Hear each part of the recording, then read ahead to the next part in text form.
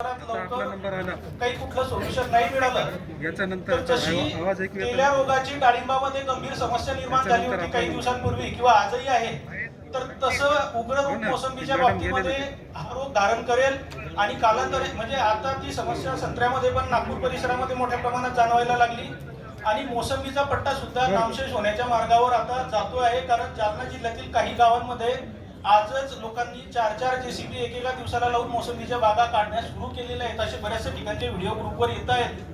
तर मोसंबीच्या फळपीक वाचवण्यासाठी सर लवकरात लवकर या ठिकाणी शासन स्तरावरून काहीतरी उपाययोजना व्हायला पाहिजेत आणि फळगड थांबवण्यासाठी लवकरात लवकर प्रयत्न झाले पाहिजेत.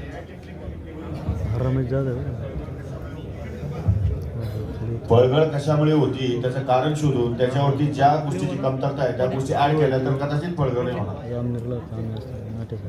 सर याच्यात मागील 3 वर्षामध्ये त्याच्यामध्ये सगळ्यात महत्त्वाचा मुद्दा जो आहे फळगडीमध्ये की वॉटर मॅनेजमेंटचा आहे. बरोबर ना, ऑगस्ट महिन्यातच फळगड होते. नाही सर, आता याच्या आधी या रूट स्टॉकचा मुद्दा आणि दुसरा जो आहे ना बेड सिस्टीमवर आहे ना, आता सगळ्या संत्र्यामध्ये बागा जायला पाहिजे. सर याच्यामध्ये परिस्थिती अशी आहे की मागील 3 वर्षाचा जर का आपण रेशो पाहिला तर साधारण मागच्या वर्षी म्हणजे या वर्षीचा पावसाळा नाही म्हणत मी, मागच्या वर्षी पावसाळ्यामध्ये सुद्धा ऊन मोठ्या प्रमाणात होते. बरोबर, ऊन मोठ्या प्रमाणात असताना सुद्धा फळगड झाली. म्हणजे त्यावेळेस त्या पटीत आर्द्रता नव्हती, वातावरण कोरडं होतं पावसाळ्यात जुलै महिन्यात सुद्धा, तरी सुद्धा फळगड झाली. आणि या वर्षी पाऊस जास्त प्रमाणात झाला तरी सुद्धा फळगड झाली. म्हणजे ते नेमकं होतं बुरशीमुळे आहे, जीवाणूमुळे होतंय किंवा कशामुळे होतंय? रूट स्टॉक जो आहे ना हा महत्त्वाचा विषय आहे. सर रूट स्टॉक रंगपूर लाईनचा असो किंवा जमिनीचा असो, दोघांमध्येही सारख्या प्रमाणामध्ये आढळते. आपण म्हणजे ते सांगतो त्याच्या व्यतिरिक्त रूट स्टॉक जे आहे ते आपण आता त्याच्यावर काम करायला पाहिजे. सर मध्यंतरीच्या काळामध्ये ॲलिमो नावाचा जो रूट स्टॉक आला, बऱ्याचशा शेतकऱ्यांना असं वाटलं होतं की या रूट स्टॉक पासून काहीतरी आपल्याला वेगळा वेगळा रूट स्टॉक मिळतोय, काहीतरी आपल्या याच्यातून भविष्य घडेल. परंतु सर आमच्या 40गाव परिसरामध्ये काही शेतकऱ्यांनी ॲलिमो फुट्टावरची मोसंबी कलम लावलेली होती, परंतु ॲलिमोचा जो वाण 4च वर्षामध्ये जेव्हा पहिलंच फळ त्या झाडाला लागलं, पहिल्याच वर्षी त्यातली झाडं बसायला लागली आणि त्या ठिकाणचे जे मोसंबीचे बगीचे आहेत त्या लोकांनी काढून टाकली. 40गाव तालुक्यामध्ये अशा घटना घडलेल्या आहेत.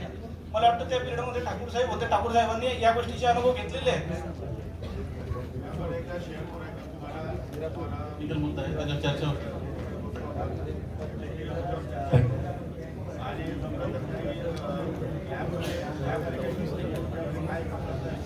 हो, म्हणजे याच्यासाठी प्रतिकारक्षम एकतर रूट स्टॉक किंवा मग बाहेरची एखादी व्हरायटी असेल. मोठा प्रश्न ठीक आहे ना.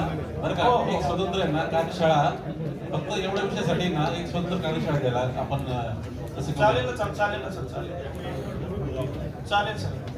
सर दुसरा विषय असा होता सर की सोलर पंप योजना जी मागील त्याला सोलर पंप योजना जेव्हापासून चालू झाली त्यावेळपासून सोलर पंपचं जे यांनी शासनाने डिक्लेअर केलं त्याच्यामध्ये 3 HP, 5 HP, 7.5 HP, परंतु 7.5 HP चा पंप जरी घेतला तरी फक्त विहिरीवरच काम करतोय.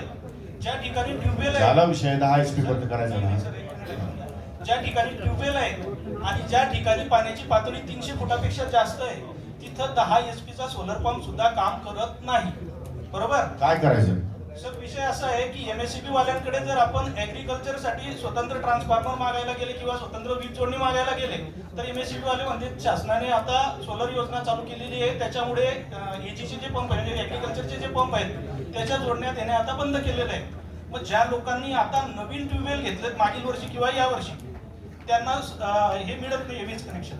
ठीक आहे, मी वीज खात्याला लिहितो. हो, तर त्या विषयामध्ये सुद्धा लक्ष घालणं ठीक आहे. तितकंच गरजेचं आहे. झालं फळबागेमध्ये ना मल्चिंगच्या वीडमॅटचा वापरासाठी अनुदान म्हणजे प्रोत्साहन पण देण्यात